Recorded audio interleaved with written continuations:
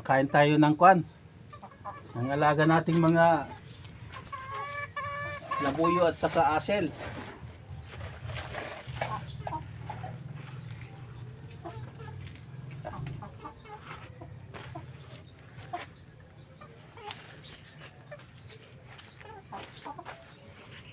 Ang naong baya eh. Huwag nagpakurap. Ngayon muna natin itong labuyo ko. Kahit nasa kulungan siya, nilagyan ko ng tali para masanay siya. Sugat dito sa ganito niya, kaya abangga siya. Gusto niyang lumipad. Hindi siya marunong lumakad. Lipad lang yung gusto. Pero ganito talaga yung kwan.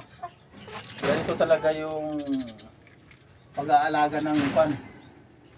Wild. Tiis-tiis lang. Oh. Lagaan natin ang gusto para kwan, maging healthy siya. Sana maparami ko ito. Kakakak na kasi itong babae ko eh.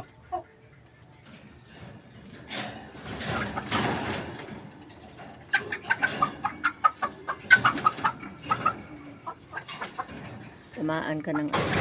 Hey!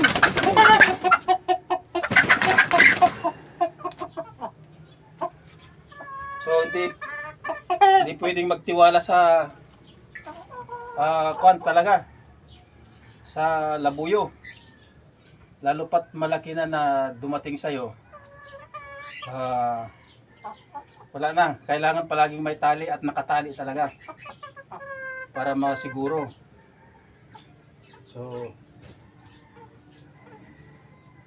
ganun kailap itong kwan. Itong labuyo.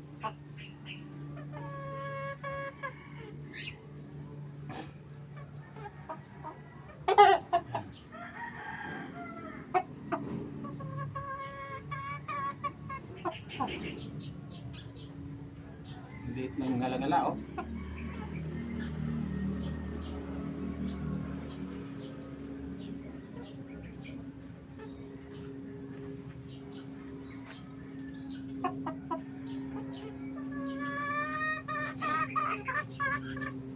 So, galing.